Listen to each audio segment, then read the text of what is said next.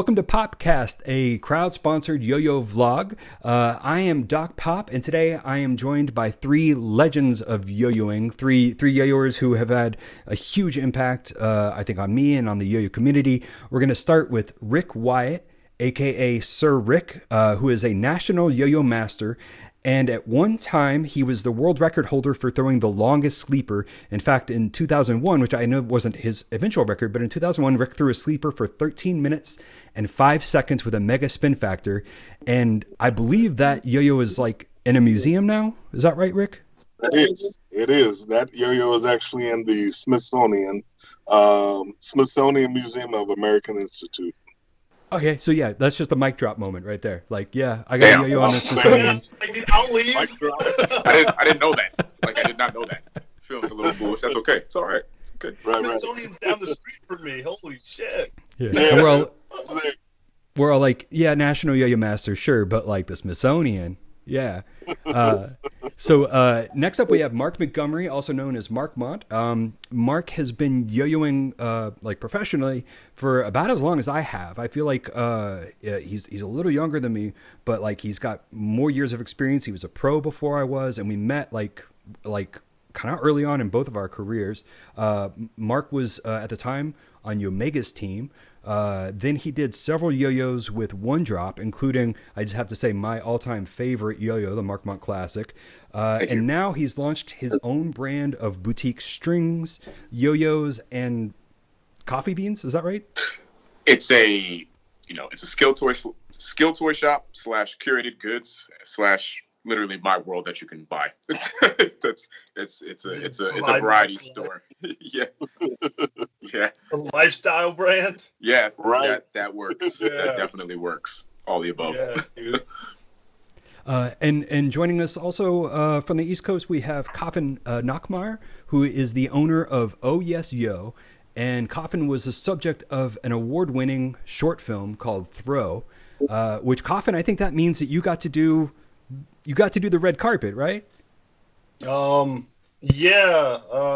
At the Emmys in 2017, I want to say. Mm-hmm. Yeah. That's impressive. You guys are amazing. I'm like so stoked to have you. I want to know how each of you got into yo-yoing. Rick, why don't we start with you? Oh man, my story starts back in 1995. I had just graduated from college, and then I had signed a contract with the Minnesota Vikings and played on their practice squad for a year. So, I mean, that was my ultimate dream, but I ended up getting hurt. Like, it's just one of those things that happen, and really didn't know what to do with my life from that point there. So, I fiddled around. I'm from Kansas City, so I came back to Kansas City, fiddled around, doing odds and ends stuff. And one of my buddies had called me, like, well, you're not doing jack nothing. Come and help me out with these kids at the local YMCA. And I'm like, whatever. So I went and did that. And at that particular time, the kids were... You guys remember those Tamagotchi, the pocket monsters, where these things you just carry around?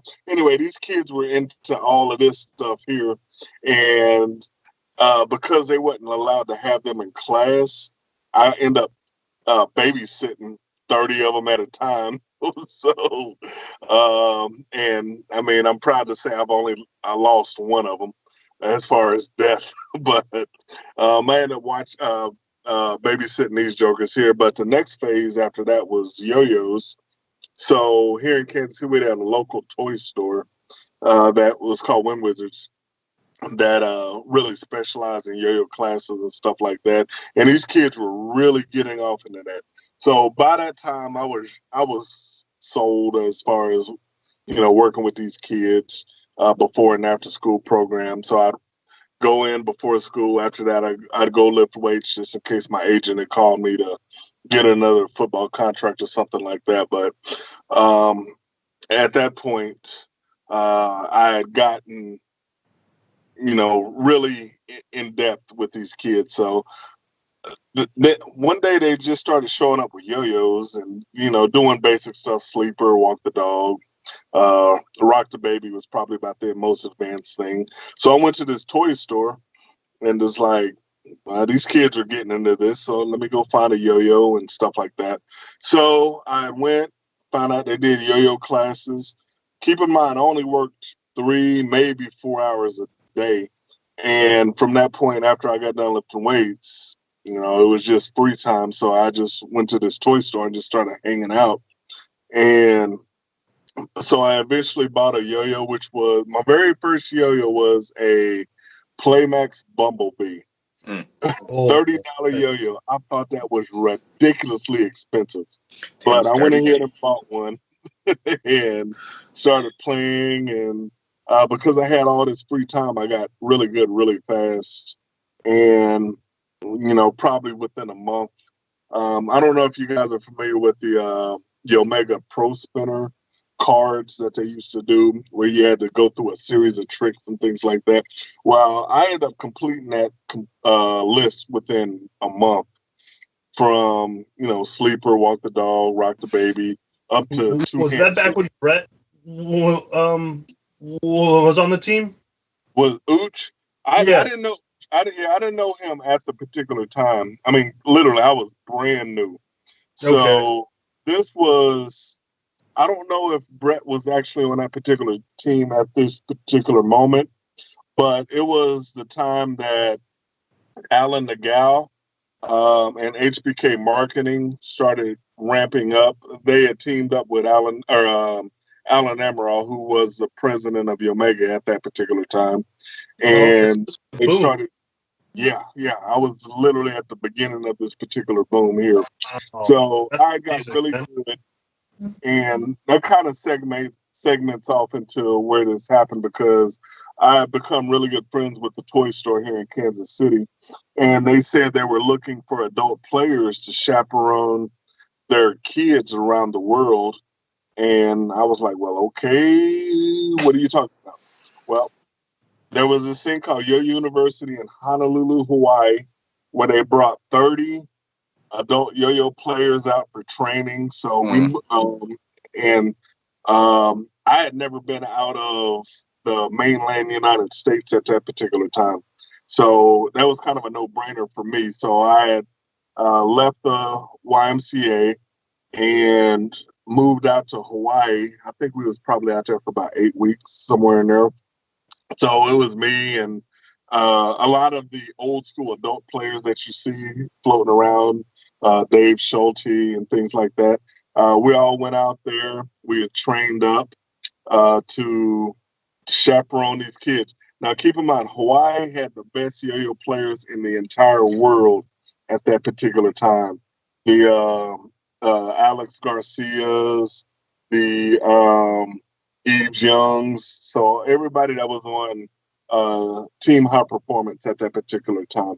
So I had moved out there for a little while, trained up, and at that point, they started handing out these tickets to pretty much take these kids wherever they needed to go. Japan, Australia, London, everything. So it's insane. Yeah, it was crazy. So they had told me to go get a passport because I didn't have one at that particular time.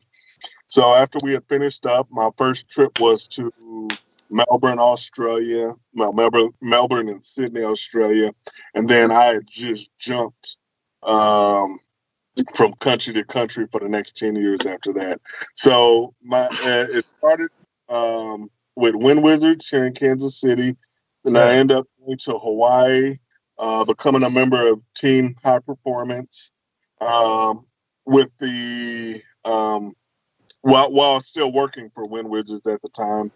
So whenever I had downtime, I'd come back here. I was doing things here in Kansas City. I was doing things in St. Louis, which is, I think, where I met you for the first time, Doc. Because I believe you was living there at the time before you had headed out west.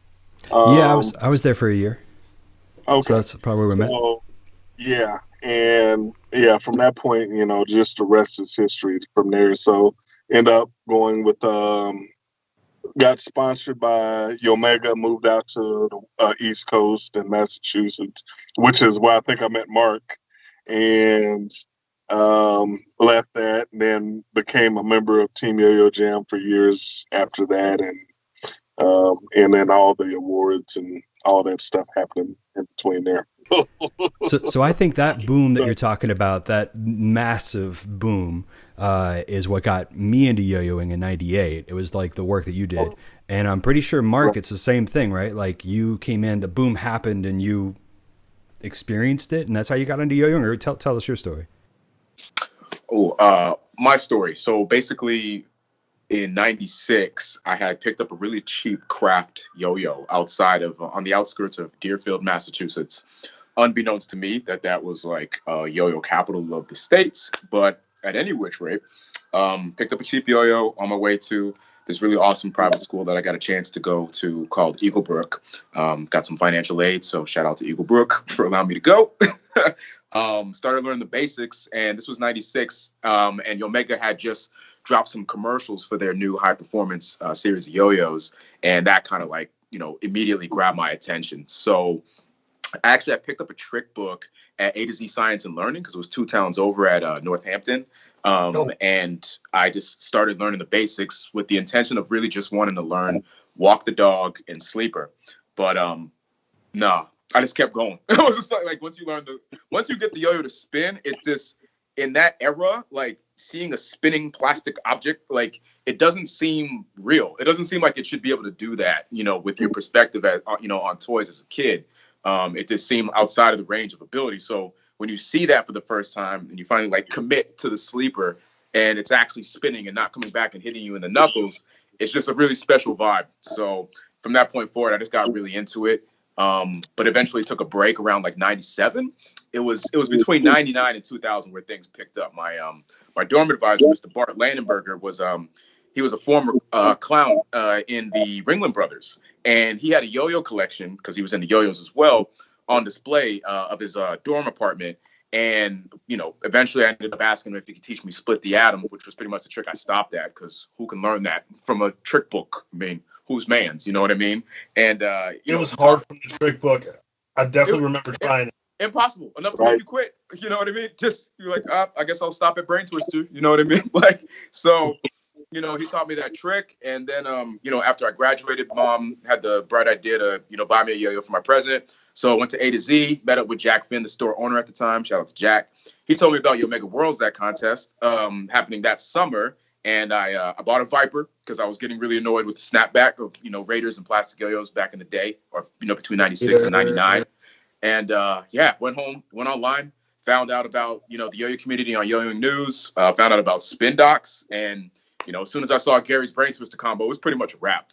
From that point forward, it was literally, go to work, wash dishes, come home and yo-yo for like eternity, And, then my first contest was Y3 Worlds where I met Doc Pop and Rick Wyatt. That was awesome. You guys were like superheroes to me, So getting lunch with y'all was like really pivotal in my like first experience at a yo-yo contest. And I got second to last place in the second to lowest ladder division.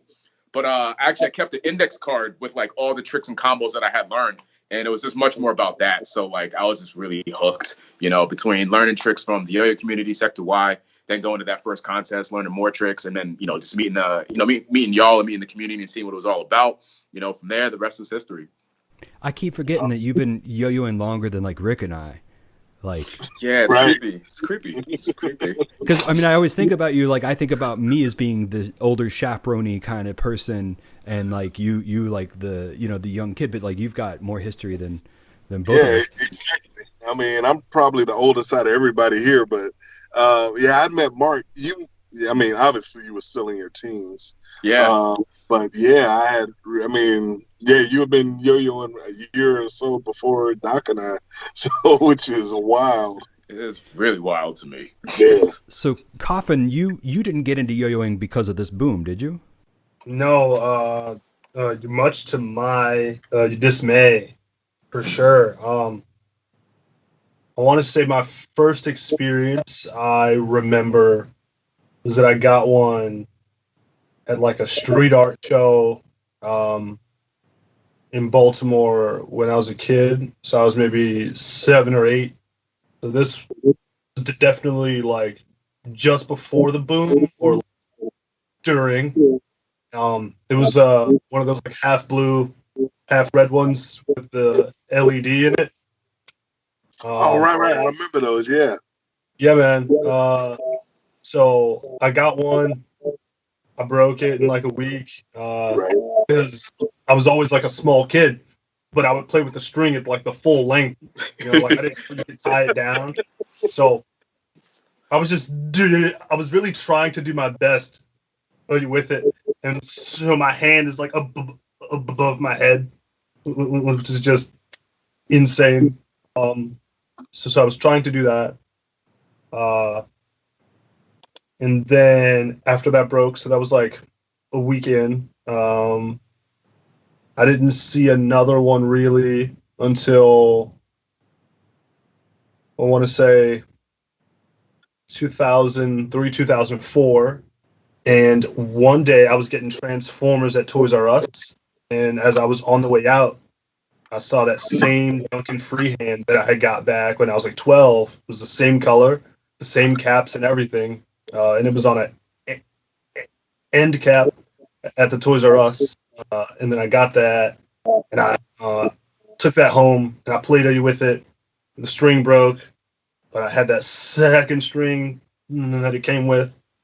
And then once that broke, that's when I was like, okay, I need to go back to Toys R Us and get like 2 more so that I can get the strings, because I didn't know you could buy string online. I didn't know anything about like the online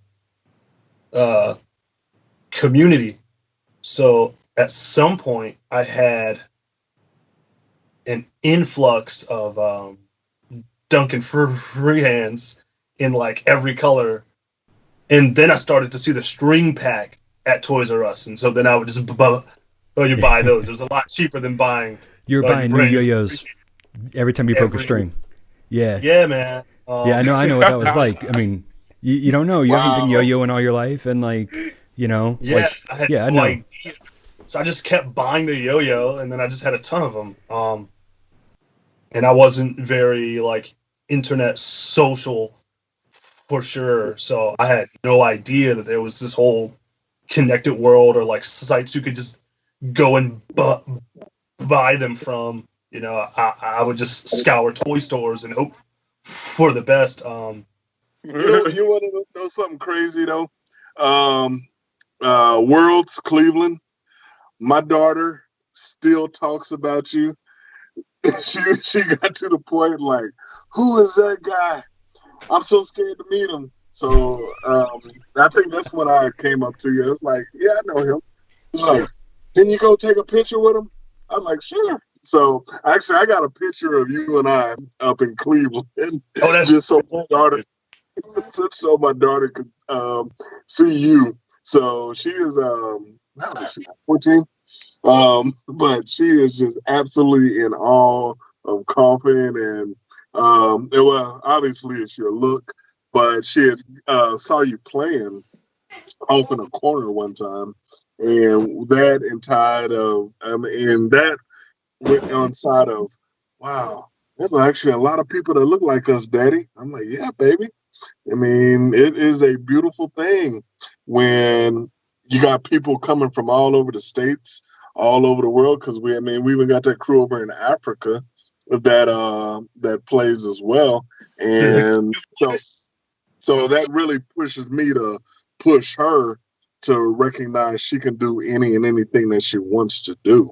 And yeah, so Rick mentioned his daughter, who is awesome, and I just kind of want to ask, how there's actually a question from a Patreon backer here. Alexander Ramis wants to know, how has your family reacted and friends reacted to you yo-yoing? It's not been an issue. My family, it just is what it is. My kids think I'm goofy. I mean, back in the day, they're so accustomed to it that, it's just daddy yo-yoing again, whatever. But as far as my friends, it still seems to be impressive because I'll speak for myself, but I got a feeling that this really goes over for a lot of people, that our units, our friendships are so diverse, so wide range that it's just one of those things because I'm a country boy that grew up in Kansas, 40 acres, chickens, cows, all this stuff. And, folks find out that I was a yo-yo player. It's just like, okay, that's really cool, dude. But because we're so diverse, we don't have units that we hang out with on a consistent basis outside of Skill Toys. So the Skill Toy family is my true family. I got all these different units that I do. I'm a futures trader. I'm a member of a fraternity, college football, professional football. All these are different groups that are, they're even just more acquaintances now. But the yo-yo community, the skill toy community is my family. Yeah. And they really get my persona, per se. Whereas, I can go do my other stuff, but it is at a very limited basis. But every time I come back to the skill toys, even though I don't play nowhere near as much as I used to, you guys are my family. I've known all of you guys for so long, and we're just a bunch of weirdos that play skill toys, that have families, have kids, live regular lives, but we come back to this because it is so comfortable. So if that makes sense. Yeah, no, dude, I totally agree and understand that.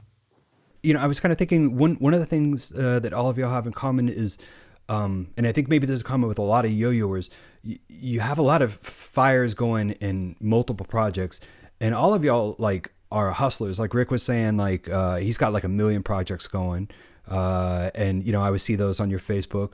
Mark is a designer and interested in coffee and all this other stuff. It seems like everything y'all do, you really dive into it hardcore.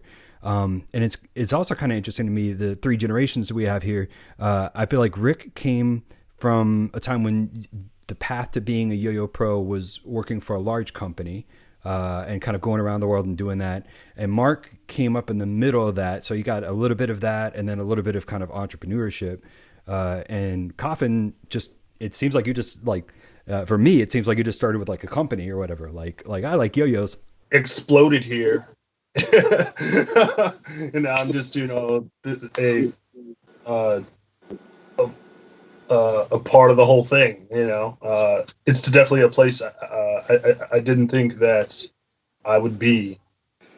It wasn't even planned. It just happened. I just wanted to spread my art to people in some capacity, and it worked out.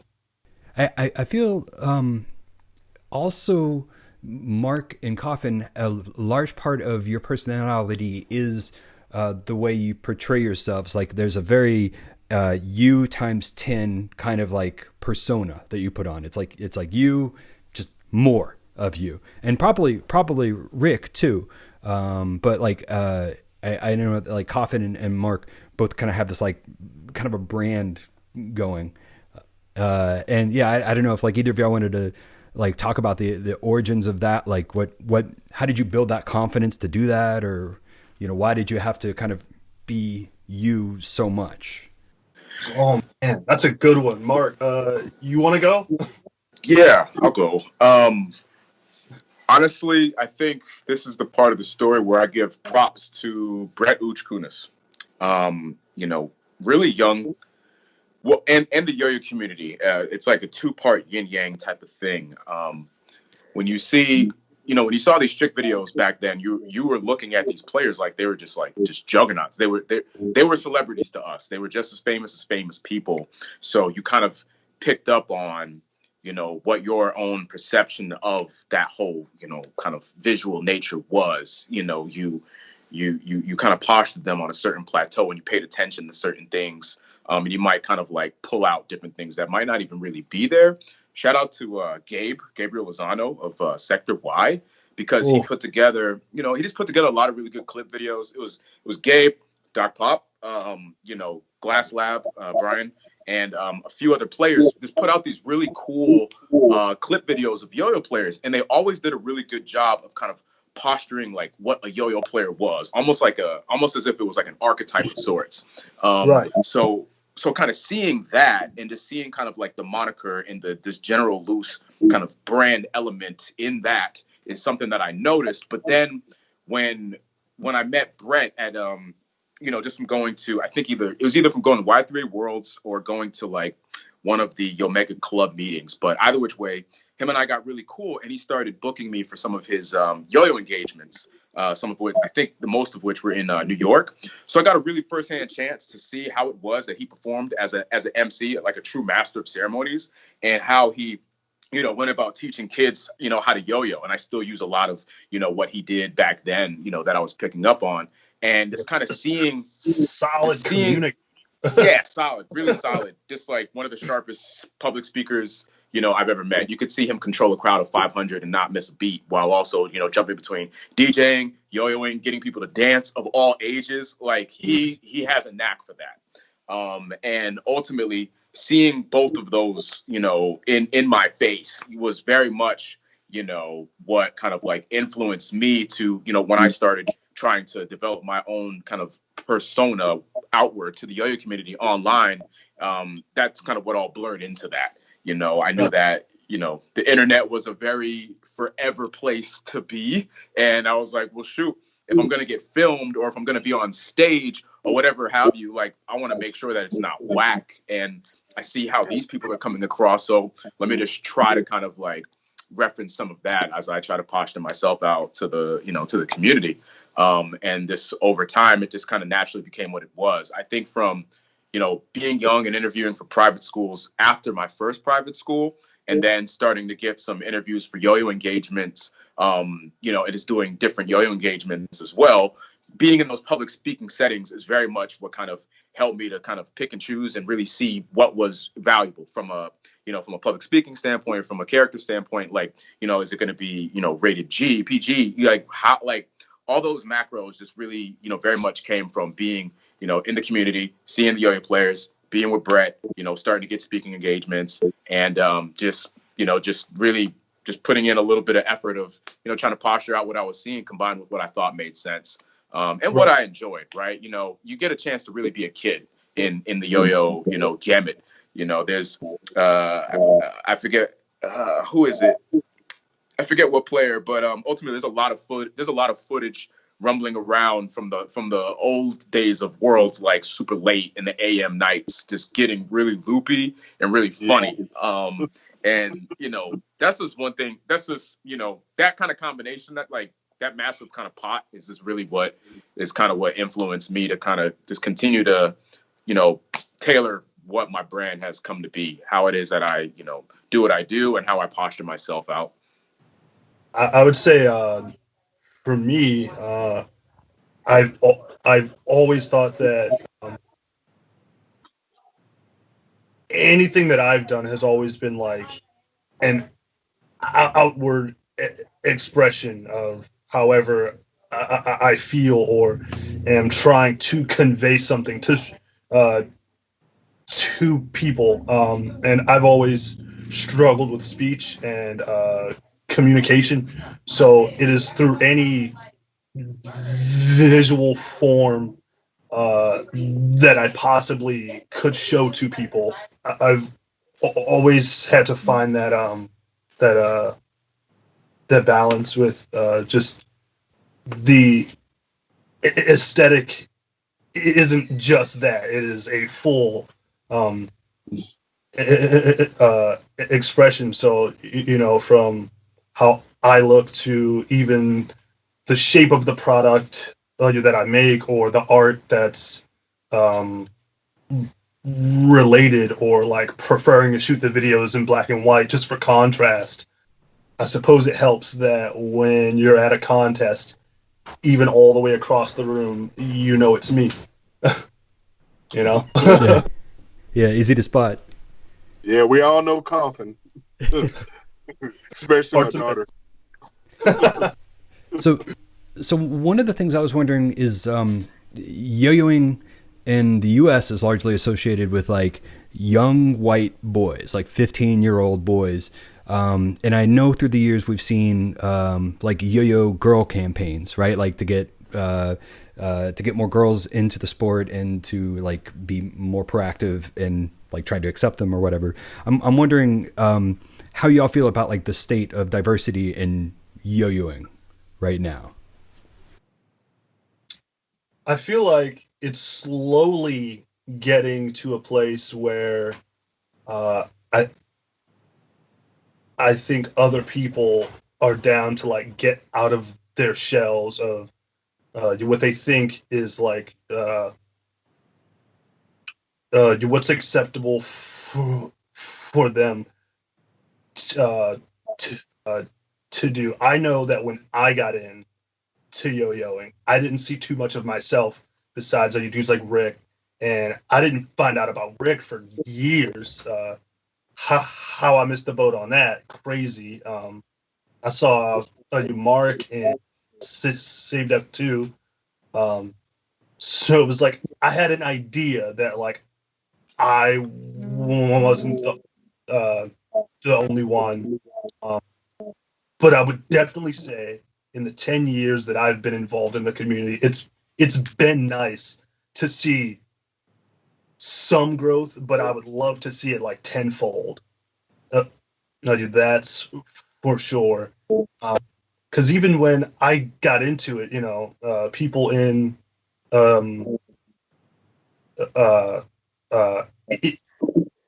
in my family and in my friend groups were like, "Oh, that's for white kids.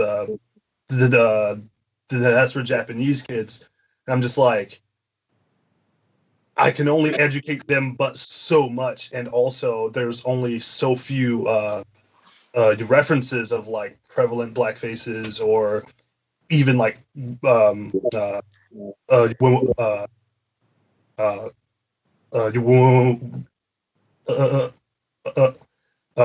there's only so many examples of other black faces and female players in the community. And I was just like, there's only so much to work with. So, like I understood where other people were coming from when they said those things, even though it was like out of a place of ignorance. I would say from my perspective, like I'm cool with the amount of diversity we have now.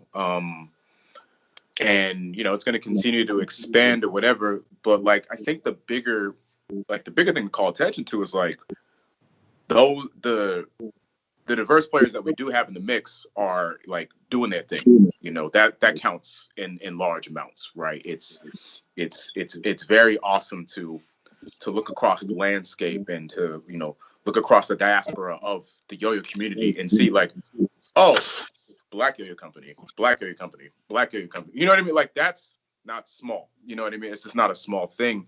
And it holds, it just holds a lot of weight comparative to like, when I first started, when it was, just a much more different kind of spread of everything. And I think that, where I'm at now what I see now compared to what I saw like in, between like 96 and 2000 is just such an exponential increase that I never even expected.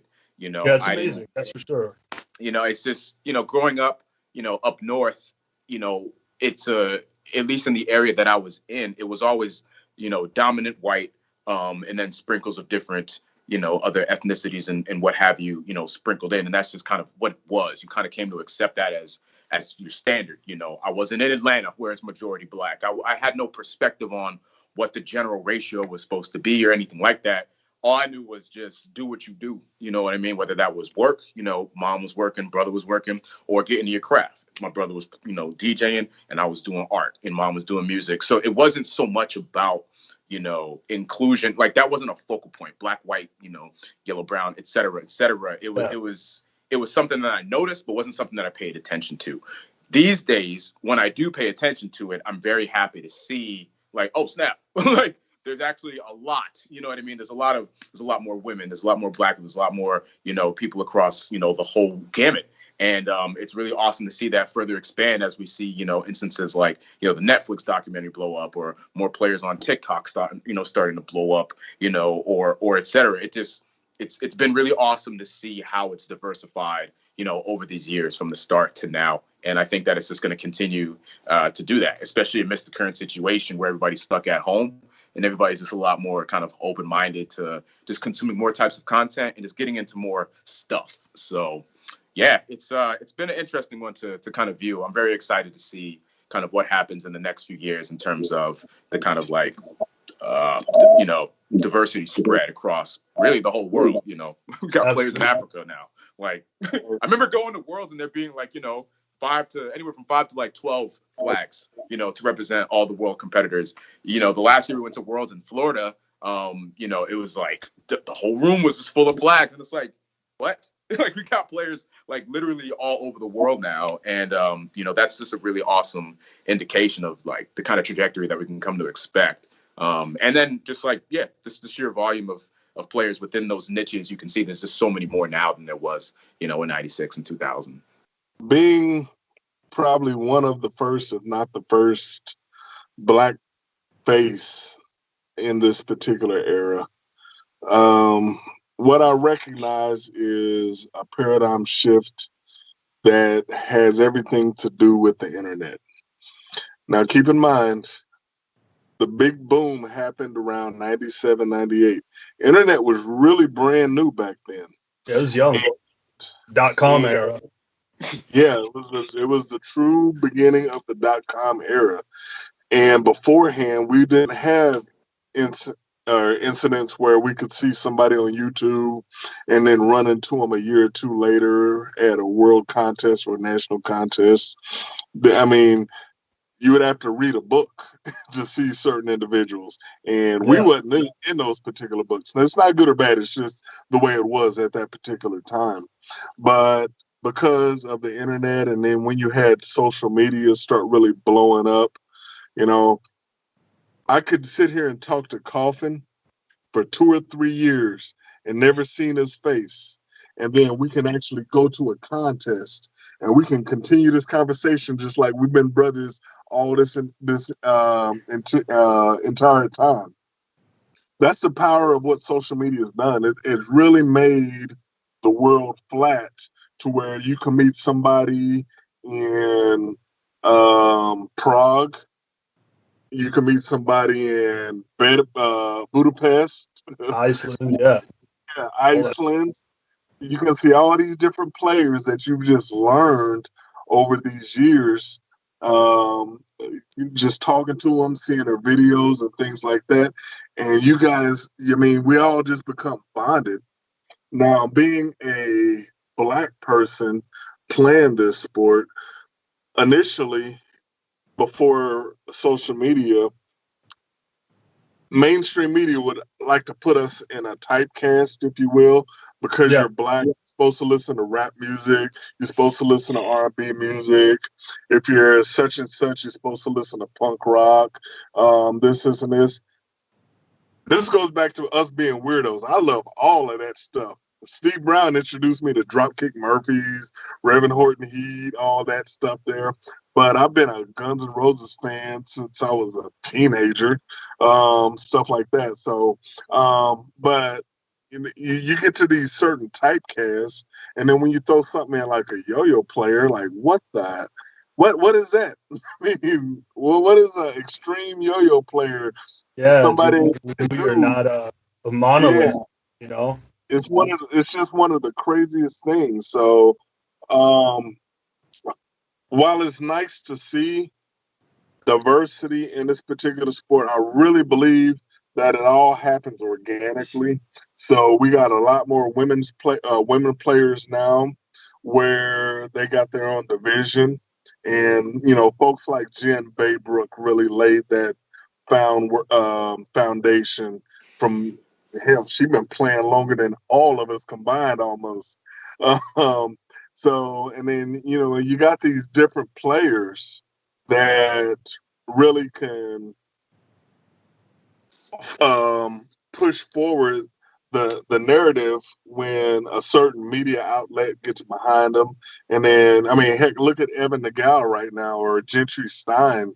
These guys are just mega stars because how the media really pushes them. And I mean, with Gentry winning Worlds here this past year, you can find him on just about any media outlet or news outlet. Whereas back in the day, we didn't get that kind of coverage. And, I'm definitely not complaining about it because I really didn't care. But with the power of social media and the power of mass media, where we can all just kind of come together, you'll get that diversity organically anyway. So we're going to get a lot more women players. We're going to get a lot more black players. We're going to get Russian, Poland, name a continent, name a country. You're going to get players from there, and it's all going to be learned, and they're going to find their niche, their niche in that, because we all have different ideologies that seem to really go together in our weird little world of yo-yo play, juggling skill toys, this, and this, because I don't care where you go in this world, there's some kid that will love and accept and adjust. That's not even the right word. It's some kid that's looking for this. Yeah. And they want this, and they recognize they're going to have an immediate family coming into the world of yo-yo play or kendama, which, Mark, I've been watching you. Oh, much respect, much respect. Yeah. So, I mean, just this skill toy stuff that we do, because it is a bond, it is a transformation. I've seen shy kids, really just been able to let themselves out. I've been able to save, I mean, I don't want to go way left, but I've been able to save a couple kids from suicide because they've been able to bring in this particular sport and embrace it, because people think exactly like they think. They've been exactly through the same things they've been through. They love the atmosphere, and they love the part that they got a family that understands them. And that is, and we're a small part of this entire mudball of this world, but we're a significant part that makes a lot of sense to a lot of people. And that is one thing that I really love about being a yo-yo player, and I'm a yo-yo player for life. Yeah, definitely ain't going nowhere. Right. That's well said. Sure. I worry about yo-yoing. I see kendama doing really, really well, and I got in during the yo-yo boom, and it seemed to kind of be a boom for such a long time. I kind of keep hoping that there's just going to be another boom that happens. I'm worried just in general that, like, yo-yoing is peaked or something, and like we're kind of dwindling down in numbers. There's always new people coming, but man, I sometimes I just wish we had that same 2000 boom or 99 boom. I keep waiting for it to happen again. Yeah, no, I hear you. Don't worry about that. Just enjoy what you enjoy. It'll happen or it won't happen. But I mean, the proof's in the pudding, right? It's like, regardless of there being so many, persons interested back then, we have a lot more folks that have stayed around compared to back then.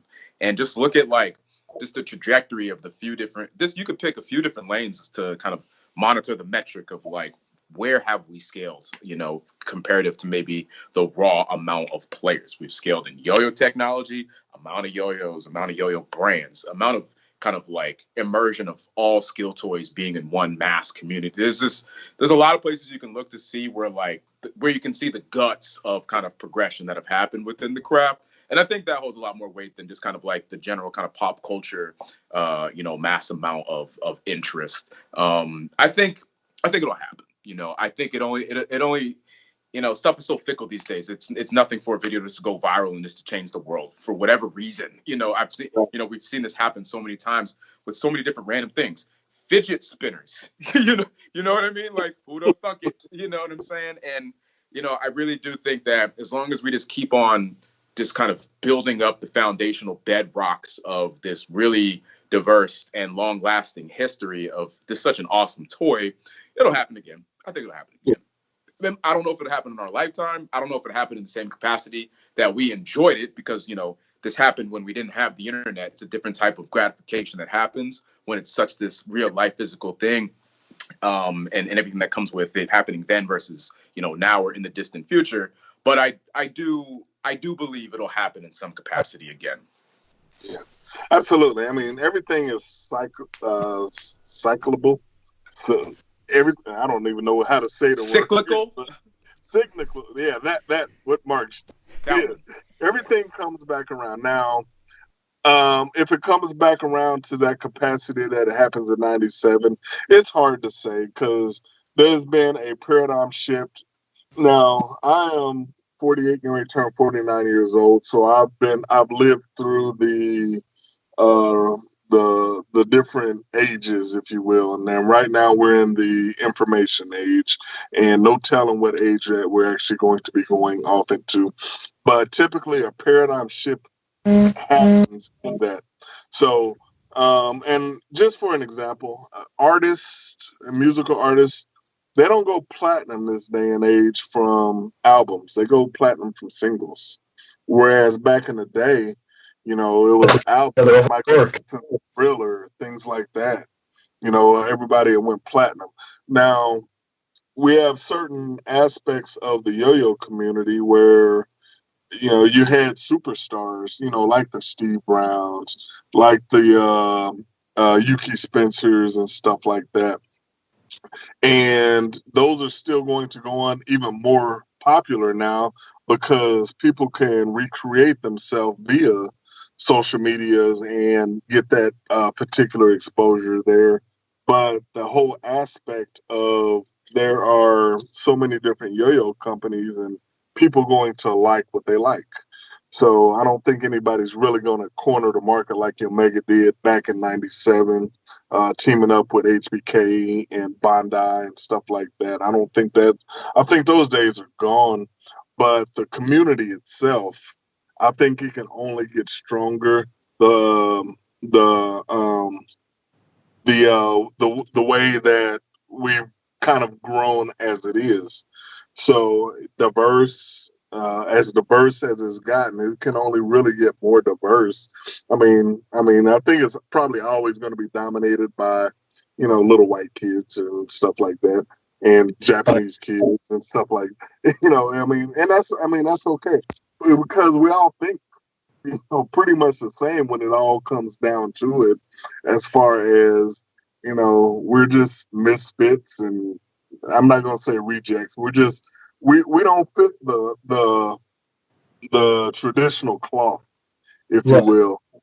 We find something, we find many things that we enjoy, and we'll dive off into it and live that life to the best that we possibly can. I'm an old guy, so my job right now is just to get fat and watch these young kids do what they do. Sir Rick is a brand already. It's been a brand forever. I don't sell anything. I have nothing to offer as far as, product placements and things like that. But my legacy, I guess, is solidified in a certain way, from being a national yo-yo master, holding these world records, helping McBride develop AAA and stuff like that. I mean, that's already solidified. So my job is to help these young kids when they need help. I mean, they might not know who I am. They're going to know who a Coffin is. They're going to know who a Mark Mott is. And Doc Pop and Steve Brown and Augie and Gentry. They're going to know who all these guys are. So it was actually kind of a beautiful thing walking around Cleveland. Didn't nobody know who the hell I was. It was actually really cool. So, and, I signed a couple autographs, I guess, from, folks that did. But, it was really cool to just be able to play that background. But seeing the advancement that's going on this day and age from when we had 1A and 2A, it was basically single A and double A. And now we got 5 different divisions from 1, 2, triple A, off-string, counterweight, and then the AP divisions. There's really no telling where we're going to go from 10 years from now, because these kids are so creative in their play, and the diversity that's going to come amongst even that is just a beautiful thing to just watch. And I'm very appreciative of being in the beginning of it. But I'm even more appreciative to watching folks, because Coffin and Mark, they're going to be the old guys here coming up pretty soon. I feel old already, trust. Yeah. These guys are going to be seeing these kids from Kenya, Ethiopia, New Zealand, Perth, Australia, just various areas come and flourish in this particular market because they think like us, they are us. And that's just what it all boils down to from that point. We talked about the internet being awesome. Like, I feel like we're so lucky to have an age where if someone's interested in something, they can like research it and learn about it. Like growing up, I remember like the movies that you watched were just the big movies or whatever. You couldn't like just find things on your own. I mean, I'm from a small town in Tennessee. The music you listened to was pop culture music. You couldn't just, if you wanted to get into Frank Sinatra and you were like in the 80s, like good luck or whatever. But now you can kind of get whatever you're into, you can kind of find it. And, that's been cool seeing yo-yoers. If they want to get into yo-yoing, there's so much content out there. Jump in. Yeah, and that brings me to my last question for each of y'all is, if people want to find out more about you and what you're working on online, what's a good way to do that? Mark, we'll start with you. For me, I would say the best spot to go is just my Instagram. So you could either, if you're going to do it on the computer, this Instagram.com/MarkMont. Or if you're going to be on searching in Instagram, you could just type in Markmont, MarkMont. And if you want to stay up to date on any of the products that I'm offering with Markmont Shop, you can just go to markmont.shop or www.markmont.shop. I'm also on Facebook, same alias. But yeah, any of those mediums, I'm there. Rick, if people want to follow you online, are you... Nope, they can't do it. Can't do it. I got nothing. I am the old guy getting fat. I am just, if you need to find me, you can find me on Facebook, Instagram, stuff like that. But I have nothing to promote. While I'm still a yo-yo player, I'll always be a yo-yo player.